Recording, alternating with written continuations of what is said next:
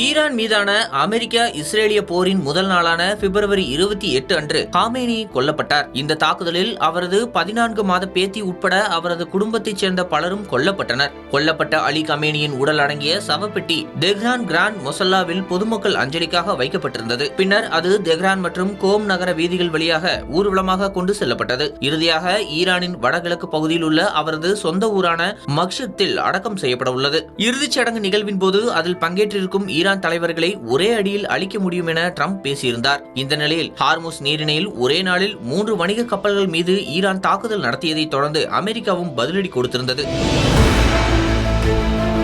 இதனைத் தொடர்ந்து ஜூன் மாதத்தில் மேற்கொண்ட குறுகிய கால போர் நிறுத்த ஒப்பந்தம் முழுமையாக முறிந்துவிட்டது என்று ட்ரம்ப் அறிவித்துள்ளார். இந்த சூழலில் வியாழக்கிழமை ஜூலை 9 இன்று நடைபெற்ற காமேனியின் அடக்க சடங்குகளுடன் இணைந்து ஈரானின் அரசு ஊடகம் முதன்முறையாக ஈரானில் உள்ள மறைந்த உச்ச தலைவர் அலி கமேனியின் வீட்டு வளாகத்திற்கு ஏற்பட்ட சேதத்தின் அளவை காட்டும் காணொலியை வெளியிட்டுள்ளது. 35 வினாடிகள் ஓடக்கூடிய இந்த காணொலி காமேனியின் தெஹ்ரான் வீட்டு வளாகத்திற்குள் அமைந்துள்ள வழிபாட்டு கூடம் பகுதியில் ஏற்பட்டுள்ள கடுமையான சேதங்களையும் சிதைவுகளையும் காட்டுகிறது.